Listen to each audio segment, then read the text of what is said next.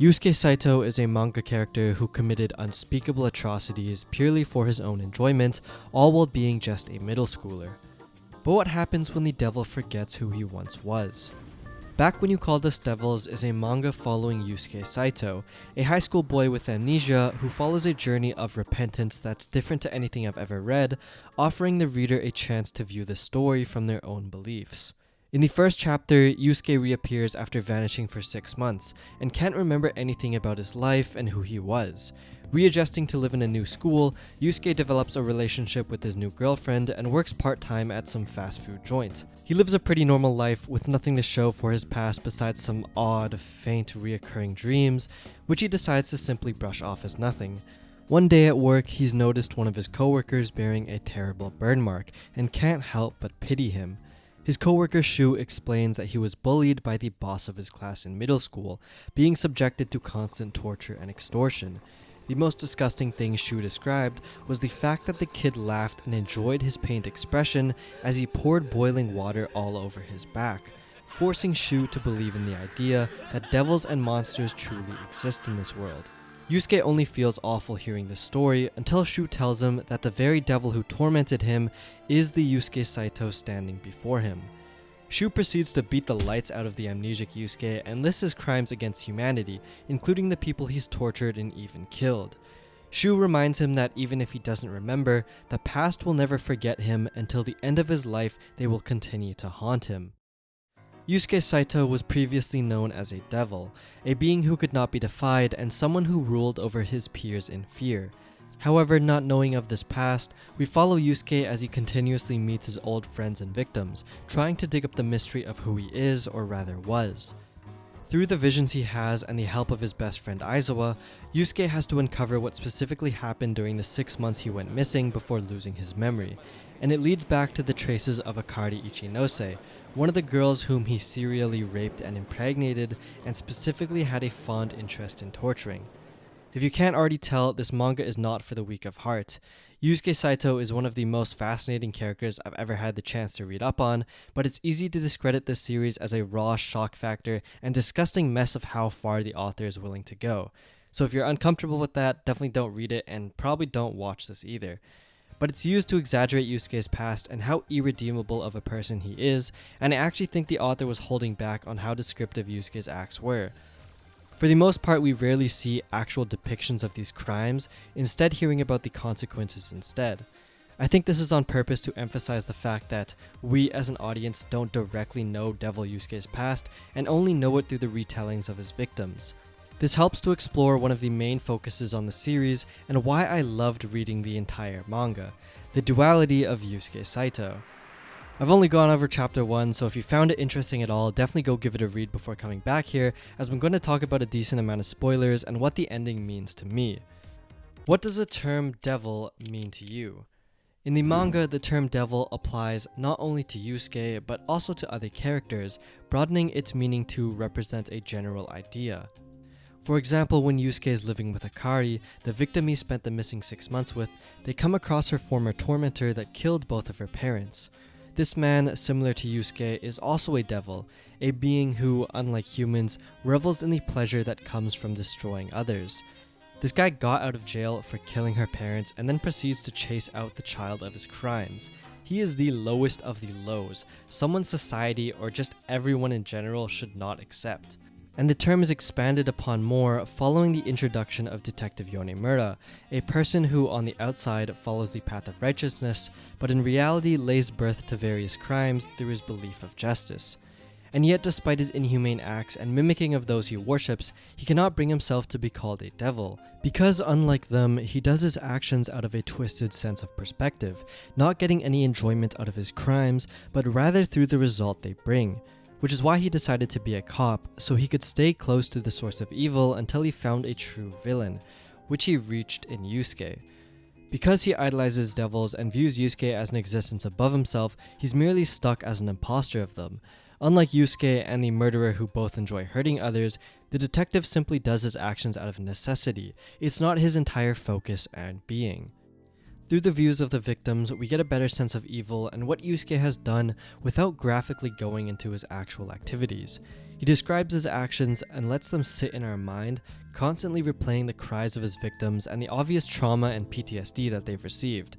But by limiting the specific scenes, especially in the later stages when Yusuke is going through his redemption arc, it lets us start to build another side of Yusuke inside of our minds. Despite the fact that we know his actions were terrible and his crimes should have literally gotten him imprisoned for life, we've been following him his entire new life. His life after amnesia, all his wrongdoings, and after all his memories have faded. It's a side of Yusuke only we see, where we observe him try and deal with the knowledge of his past, as well as how he can even atone for it. It's an interesting take on how you see him. Is he defined by his past actions in which we have no recollection of, or is this new amnesic self the real Yusuke Saito? Now, with this clear definition of devils, as well as the significance of Yusuke's split personality, let's look at his actions after his memory loss and how they build him up as a character. Yusuke's old best friend Aizawa is actually one of his old victims, and Yusuke drilled this ginormous hole into his hand, leaving him permanently scarred mentally and physically.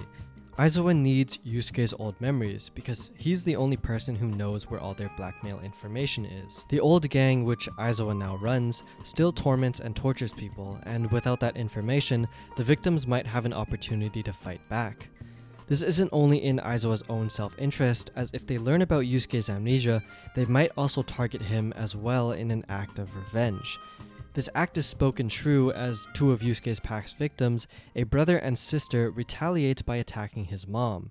Aizawa's gang manages to catch them and brings Yusuke over to talk to them.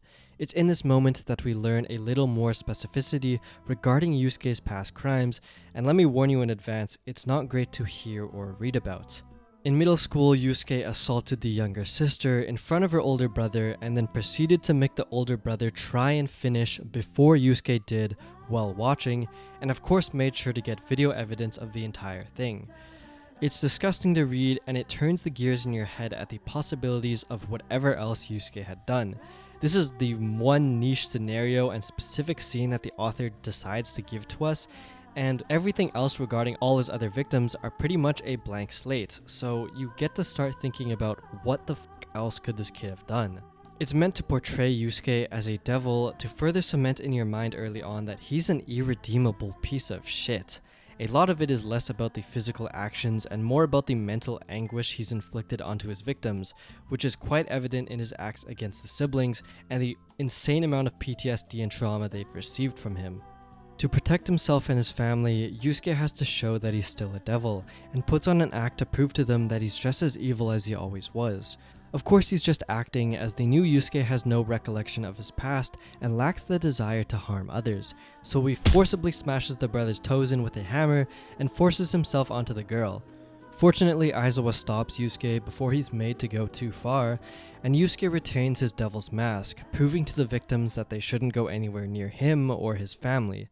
And yet, despite doing a similar routine as his past self, Yusuke is disgusted with his actions and tells Aizawa that all he felt was the urgent need to puke. It's proof that he's a new person and that he's no longer the same devil he once was, while also showing how horribly messed up the old Yusuke had been.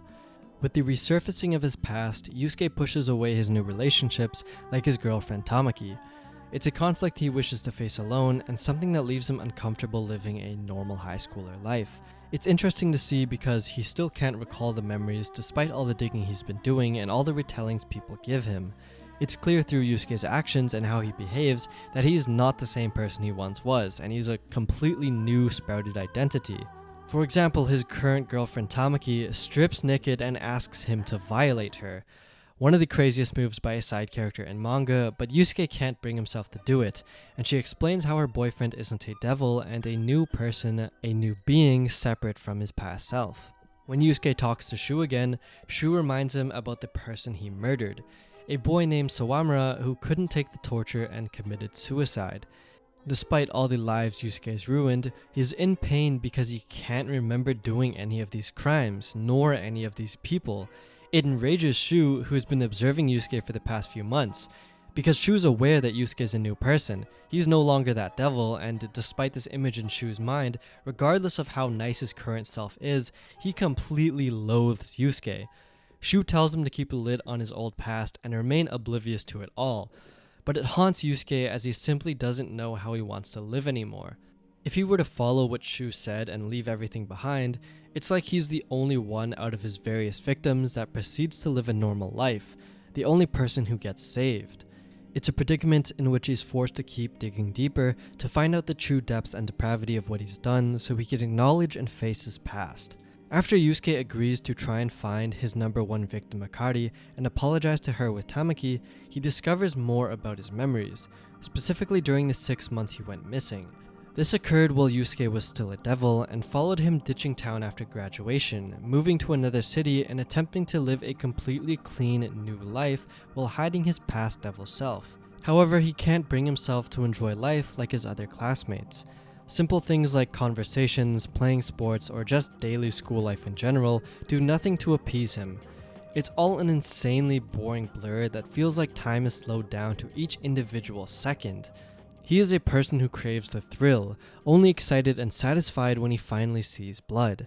And at this point he meets Akari again, the girl he once broke. Akari, who had been serially raped, impregnated, and psychologically tortured by Yusuke, seeks out his help because she as well can no longer live a normal life. Everywhere she goes, she's cursed by Yusuke, only hearing people whisper into her ear that she is dirty. Together, the two of them decide to move to the seaside and act out life as a young, happy couple. This is fucking bonkers, as Yusuke falls in love with Akari while all she can think about is stabbing him to death. They just both decide to leave life behind because of their circumstances, which are completely all on Yusuke, but I guess in the end they're all they have. Their relationship is what initially started Yusuke's realization and guilt of his crimes. He feels bad for putting this curse on Akari, forcing her to not live a normal life, and all he wants at the end of his trip is for the both of them to go back to mundane life. Even though Yusuke has gotten rid of the one thing cursing Akari's life, she still hears the cursed whispers of disdain. The whispers of everyone telling her she's been tainted by Yusuke, and it's through this realization that Yusuke finds out, everything is his fucking fault. His entire existence and very being is a curse on Ichinose Akari, the person he loves, as well as every other victim he's ever had an interaction with. Despite getting rid of all his blackmail material and trying to make up for it through his worst victim, he's a terrible fucking person. After protecting Akari from the devil that killed her parents and actually living a regular-ish life, Yusuke's become more of a human than a devil, but it's only after the fact that Yusuke has changed that he recognizes the extent of damage in which he's caused to her, and it's through his compassion for Akari that he recognizes himself as being similar to the devil that killed her parents, and did similar actions to the girl he loves. And with this knowledge, he can't bear the weight of the truth anymore. So he throws away his past and memories and gets himself a peaceful, happy, normal life. He just ran away from his sins, trying to get rid of the burden of guilt he carried, and by eliminating his past self, he was free from the clutches of his memories. Part 1 of the story concludes with Yusuke figuring all of this out and finally coming to terms with the actions of his past. Tamaki tries to assist him in atoning for his sins by bringing his past victims, specifically the sibling duo in which he previously tortured, but when they finally meet and Yusuke bows down in an apology, willing them to do whatever they want with him, the siblings can't bring themselves to even trust him.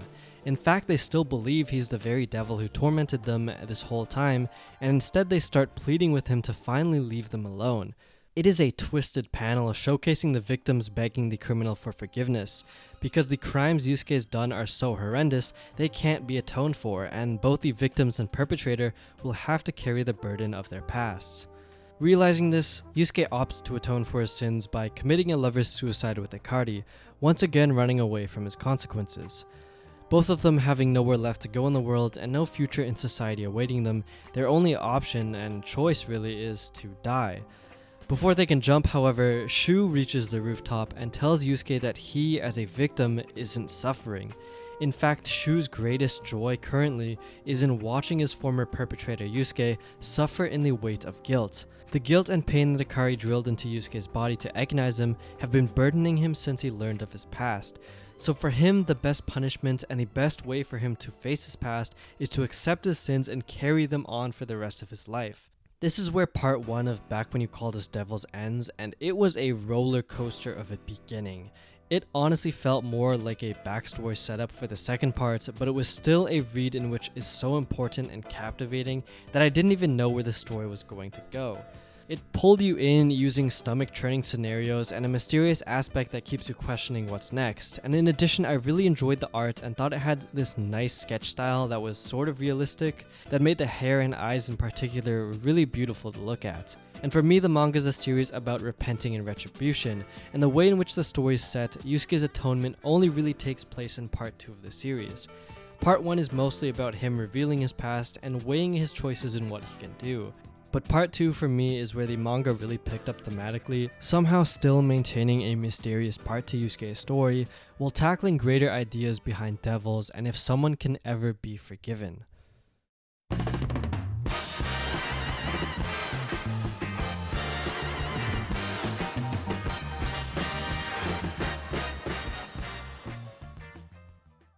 Part 2 of Back When You Called Us Devils opens 10 years later, with Yusuke coming across the Fujimoris, a family consisting of Aoshi and his 2 younger sisters, who Yusuke ends up saving from their abusive stepfather. This leads to the siblings inviting Yusuke to live with them and serve as protection against their stepdad from coming again. After learning of his acts and realizing the greatest way in which he can atone for his sins is to stay alive and live with that burden, Yusuke had just roamed between towns, occasionally falling into the good graces of people and surviving off of part-time jobs. It's an interesting redemption arc because he can't really be redeemed for what he's done. The damage is quite literally irreparable, and he's broken people beyond the limit of what they can handle, permanently ruining most of their lives. So the only way he can atone for it is through suffering, which is shown in the curse which Yusuke lives with. In his 10-year journey alone, he comes across a few different scenarios where he ends up involved with strangers. It usually starts with the people losing someone or something, and ending up dependent on Yusuke, having him be a supporting figure for them. Their lives typically fall apart as we follow the detectives on Yusuke's trail, showcasing the various people he's come in contact with and how they've all met their end. Now that Yusuke's met with the Fujimori family, we are asked the question if Yusuke has been intentionally finding his way into these people's lives and ruining them, or if he's truly facing his past. Through the stories of his past and brief recollections of what he's been up to, the author once again draws this picture of Yusuke in our mind, erasing all what we've known of him throughout his 10-year time skip, and once again rekindling the mystery that took place in the first part of the series. What has Yusuke Saito done? Tension and disarray brew within the Fujimori family as some choose to believe in Yusuke, while the older brother Aoshi Fujimori has to burden the weight of his family and make the right decision. I enjoyed Yusuke and the Fujimori's family arc a lot more than the first disturbing graphic arc about his student life. This one felt more human to me, and something about the arc just felt super nostalgic and homey. The mystery aspect and the idea of peeling behind the layers of Yusuke Saito feels more genuine in this arc, especially since we're finding out more on what he did after already getting an idea of who he was pre-time skip. Having known the beginning part of the character, skipping the actual development that happened during his time skip, and stumbling upon him currently where he is kind of crazy is really interesting to read and gets you to think more about what's happening and why it's happening. While he stays with the Fujimoris, because the seeds of doubt are planted into our minds, we don't know if Yusuke has actually reformed or if he's just acting the part to once again disband a happy family. The mystery is amplified by 2 aspects. Yusuke's moments of genuine kindness, caring for the Fujimori siblings as if he's truly part of their lives, and his reluctance to fully integrate into their family. It's like he's self-aware of his past and trying to avoid similar mistakes, but it also feels manipulative in a subtle way, like he's maintaining control while keeping them emotionally attached. The narrative mirrors this uncertainty, forcing readers into a predicament where you second-guess Yusuke's motives at every turn, and if he's truly rehabilitated or if it's just another act he's putting on. The second part really plays into Aoshi's perspective and adds another layer of complexity. As the eldest sibling, he bears the responsibility of protecting his family from their stepdad, but also from the dangers of this strange man they just met. He has to grapple with his own doubts and conflicting emotions regarding Yusuke with an authenticity that feels genuine. Deciding if he appreciates Yusuke as an actual person, a family member like he's been for the last few months, or heed the warnings of the reporter and detectives. The second part of the story puts us in Aoshi's shoes, forcing us to decide whether Yusuke's actions are genuine or calculated. This initial doubt is only further grown when we see Yusuke's interactions with the police and his distrust with them to do their job. They're merely following the leads on Yusuke's past incidents as well as his history in middle school, but Yusuke shows a clear disdain towards them.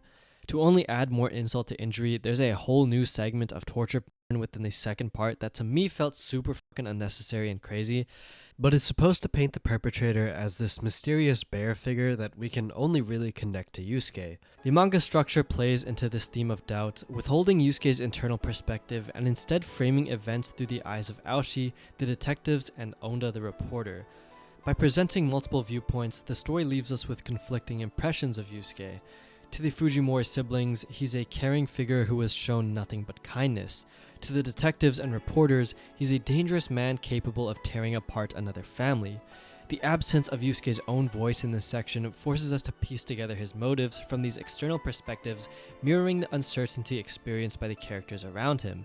In the end, it's up to us and Aoshi to decide whether or not we trust Yusuke, and given his rocky past, it's easy to lean towards believing he hasn't changed at all.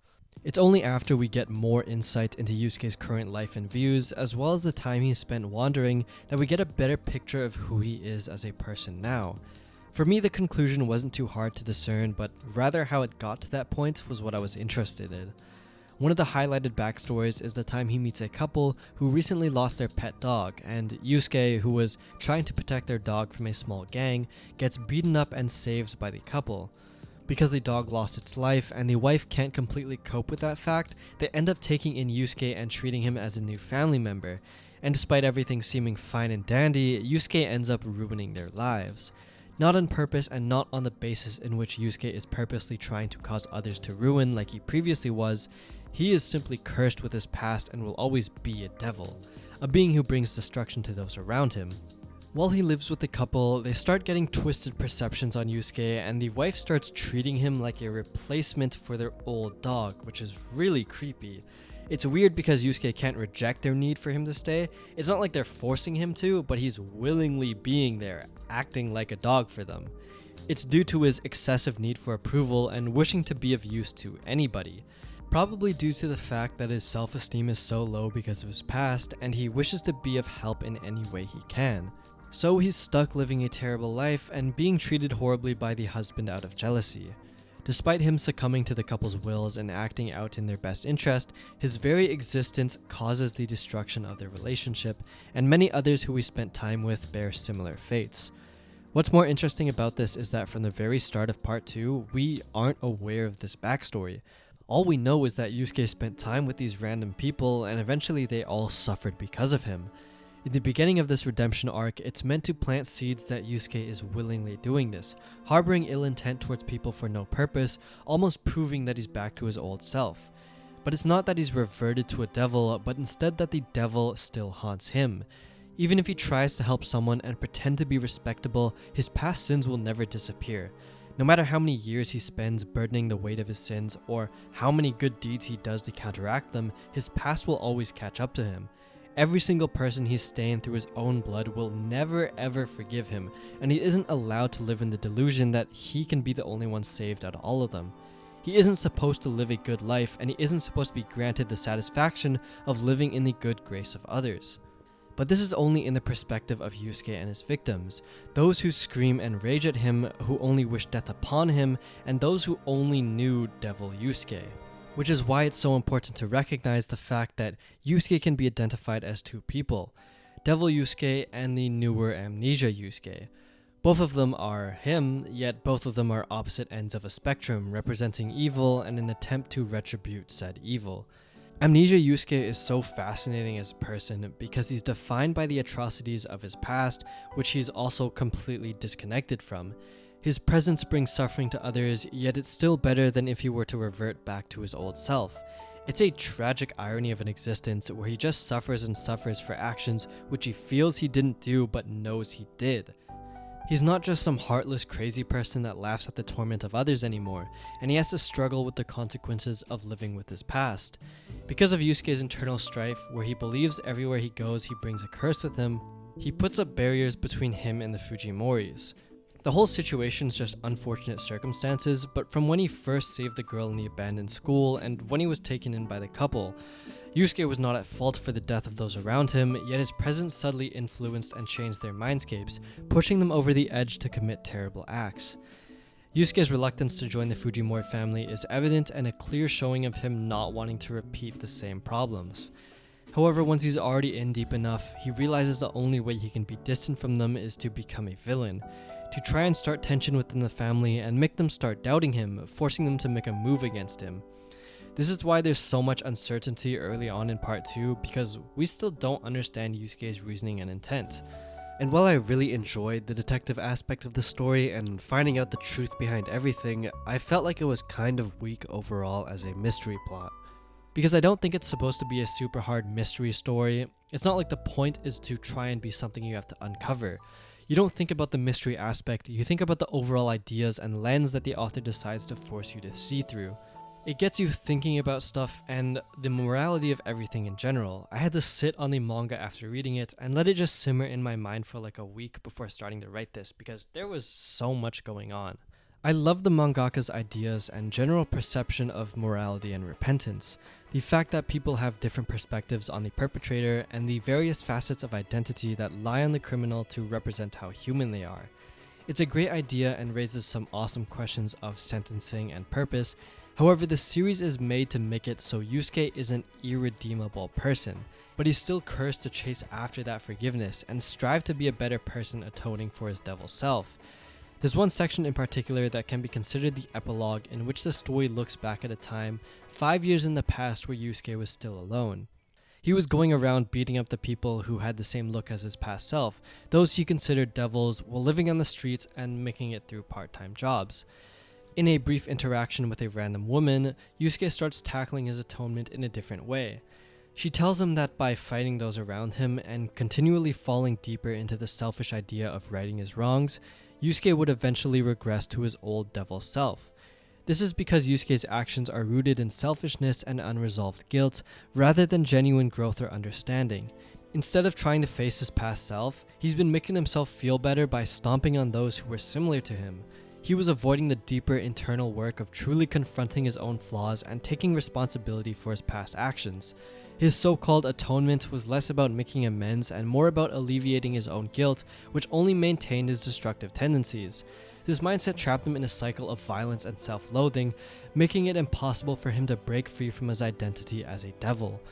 Without addressing the underlying motivations driving his actions, Yusuke's attempts at redemption became hollow and inevitably leading him back to the very behavior he was trying to escape. And so the proper way for Yusuke to atone at this moment was to be forgiven. In any sort of way possible, he has to keep striving for that forgiveness. It's amazing because he cannot be forgiven for the actions he's done. He could do kind deeds for the rest of his life to upset his karma balance, and he'd still be rolling in the negatives. And Yusuke obviously knows this. It's why he feels so terrible and why he's riddled with guilt, knowing that not a single person who knows of his actions would ever forgive him. So instead, Yusuke lives on in the town, doing small deeds and acts of kindness so people can say thanks to him. Just to do the little things as a way to atone for all the f***ed up shit he did. Obviously, it's not enough, but eventually Yusuke will find those who appreciate him and care for him and see him as his own self. People who don't want him to die and wish for him to keep on living as well. But the world isn't kind to Yusuke, and the same thugs he once beat up in town eventually start spreading the rumors of his past. It's a cruel message of the line drawn between good and evil and how your past defines you.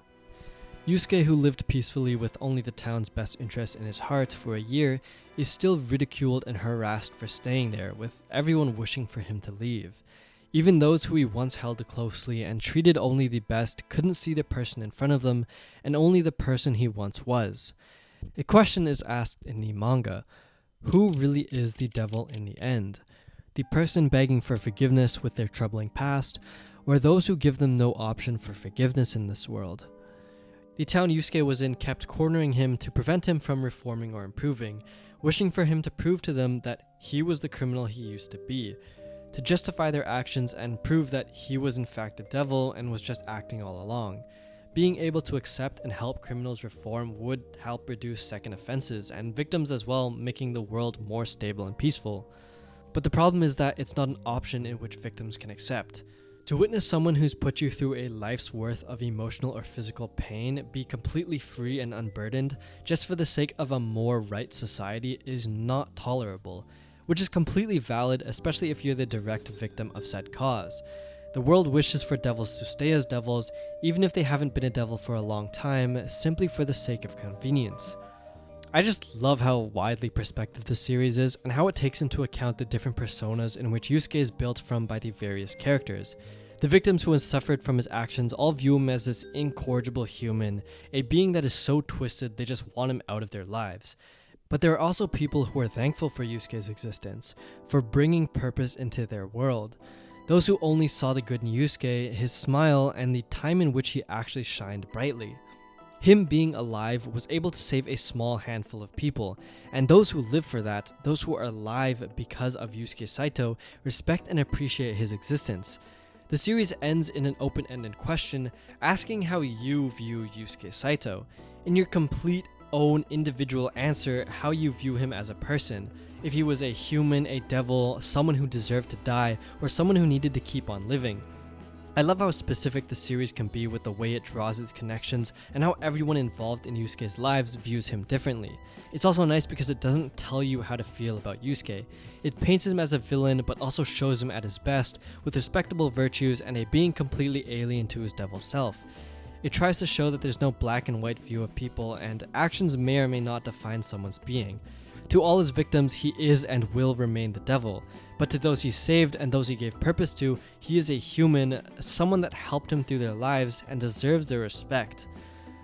Does his lack of memories and attempt at redemption make him a decent human being at the end, or are his actions just so unforgivable and irredeemable that he should have never been allowed to exist?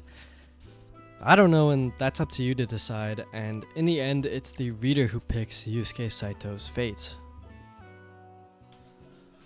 If you made it this far, thanks for listening to me yap for 30 minutes. I really appreciate it. If you like this type of manga, definitely check it out. I thought it was really good. Yeah, that's it from me. Bye.